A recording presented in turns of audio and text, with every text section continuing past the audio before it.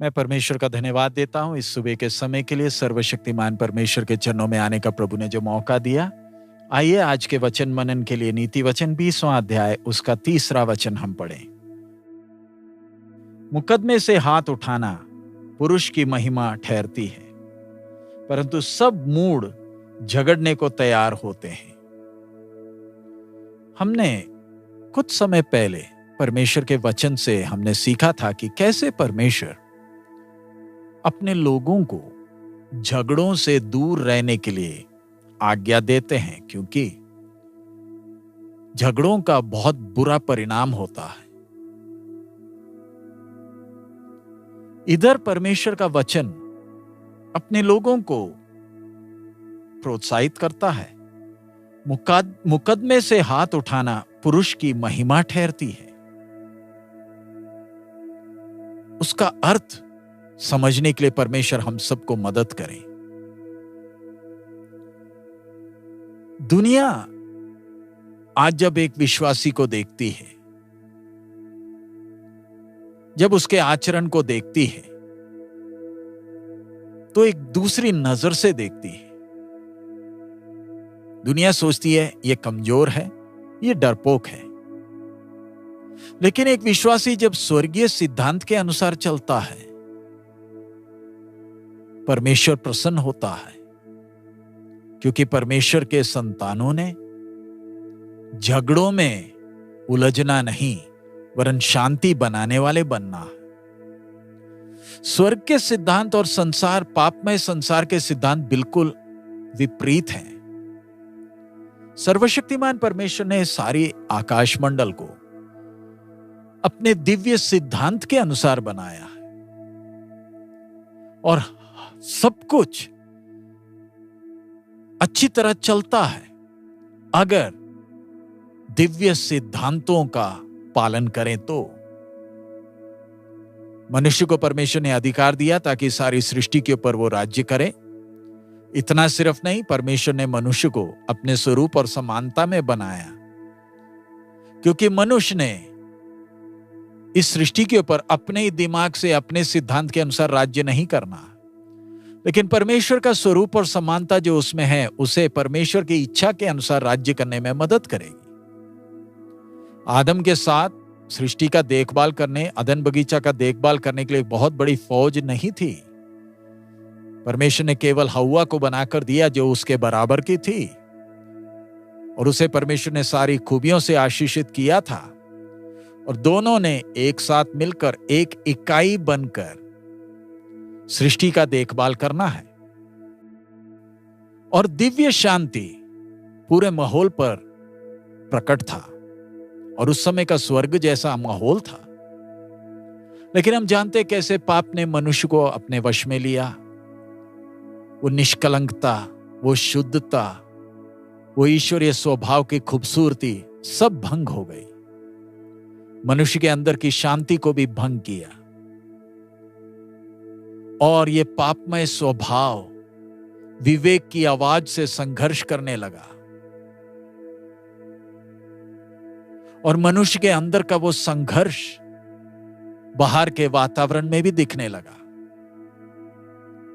एक दूसरे के साथ के संबंध में भी पाप का कलंक दिखने लगा।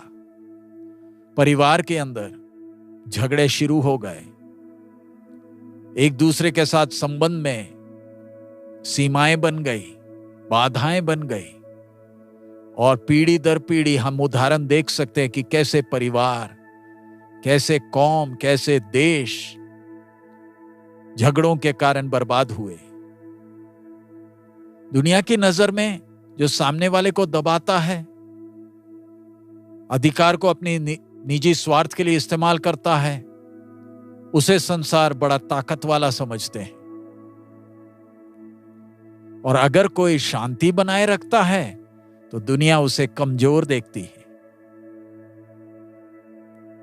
लेकिन इधर जो हमने वचन पढ़ा है, इसमें हम देखते हैं मुकदमे से हाथ उठाना पुरुष की महिमा ठहरती है, परंतु सब मूढ़ झगड़ने को तैयार होते हैं।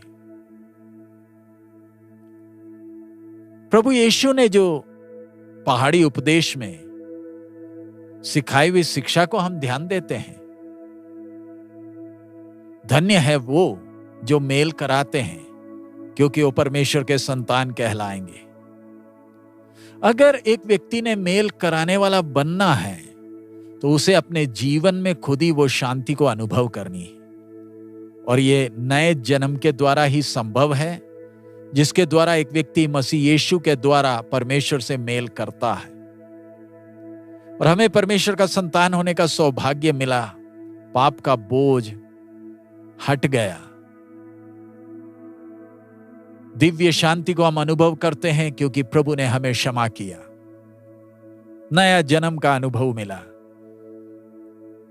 और जैसे जैसे वो नया व्यक्ति हमारे अंदर बढ़ता है, दिव्य स्वभाव हमारे द्वारा प्रकट होता है, वो अपने कमजोरियों पर जयवंत होता है और परमेश्वर के स्वभाव में वो बढ़ता है।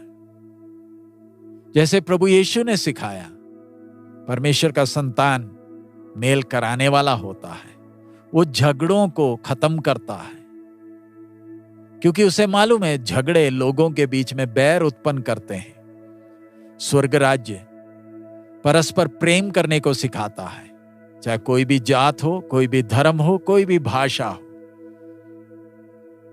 यहूदी समाज प्रभु यीशु की शिक्षा को स्वीकार नहीं कर पाए, क्योंकि प्रभु यीशु की शिक्षा सबको बराबर दर्जे में देखती है, क्योंकि सब परमेश्वर के संतान हैं।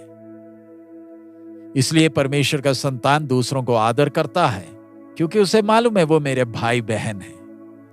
पहले हम झगड़े के रास्ते में चलते थे, लेकिन अब हम उस प्रभु के मार्ग में चलते हैं जो मेल कराता है, जिसमें प्रेम दिखता है।